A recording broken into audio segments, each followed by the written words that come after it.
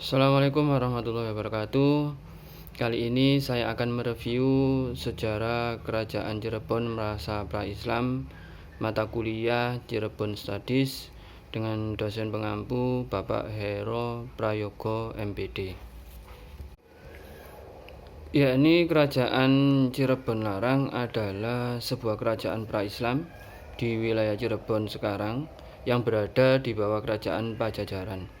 Kerajaan ini cikal bakal Kesultanan Cirebon, di mana pada awal pembentukannya hanya berstatus sebagai Pakuwon dan Mandala Mauriyati. Daerah ini dibuka oleh Raden Walangsungsang setelah beliau meminta izin pada Ki Gedeng Tanpa Tapa, seorang penguasa Singapura atau Singapura. Setelah membentuk tempat pemukiman, akhirnya secara administratif Cirebon Larang terpisah dengan Singapura.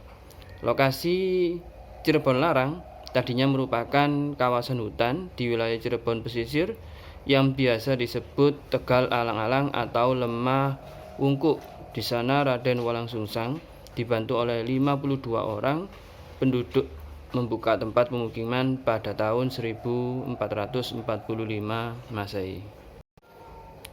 Setelah Ki Danusewa wafat, Walangsungsang akhirnya diangkat menjadi Kuwu Cirebon Larang yang kedua. Selanjutnya, untuk Islam keluarga Ki Danusela, Walangsungsang menikah lagi dengan putri dari Ki Danusela yang bernama Ratna Riris. Dari pernikahan kali ini, Walangsungsang dikaruniai seorang putra yang bernama Pangeran Cerbon, kemudian setelah dewasa menjadi Kuwu di Cirebon Girang. Ki Gedeng Tapa, Kerajaan Singapura, meninggal dunia. Raden Walangsungsang kemudian meneruskan tugas untuk mengatur pelabuhan Muara Jati dan menyatukan wilayah Kerajaan Singapura dengan wilayah Pakuwon Cirebon Larang dalam satu kekuasaan. Untuk mengamankan dan mempertahankan pelabuhan Muara yang yakni semakin ramai, Raden Walangsungsang membentuk Satuan Keamanan dan Ketertiban. Pengelolaan secara otonomi makin membentuk situasi pelabuhan makin ramai dan pemasukan pendapatan ke Kerajaan Pajajaran pun semakin besar.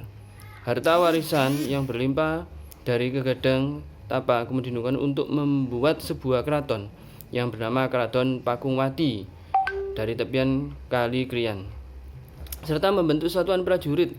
Keraton Pakungwati dibuat sebagai komplek keraton yang sangat indah, di mana di dalamnya terdapat taman sari dan kolam pemandian tempat para putri keraton membersihkan diri. Wilayah Cirebon telah lengkap dengan membentuk kerajaan, maka Prabu Jaya Dewata segera mengirimkan utusan yang bernama Jagabara, yakni perwira angkatan perang Pajajaran, serta Raja Sengsara Kiai Santang atau adik bungsu Walangsungsang, untuk menempatkan Raden Walangsungsang sebagai raja daerah dengan gelar Tumenggung Sri Mangana Cakrabuana. Dengan demikian maka mulai saat itu status Pakuwon Cirebon Larang berubah menjadi kerajaan di bawah kekuasaan Pajajaran. Meski saat itu Cirebon Kerajaan Larang merupakan bagian dari wilayah besar Kerajaan Pajajaran yang berpaham Hindu, Raden Walangsungsang tetap terus mengembangkan agama Islam. Apa yang dilakukan Raden Walangsungsang tidak mendapat hambatan dari Pajajaran, karena dalam bekerja di pemerintahan ia tidak pernah mengecewakan Pajajaran. Raden Walangsungsang waktu itu menjadi satu-satunya pejabat tinggi raja dari Kerajaan Pajajaran yang beragama Islam.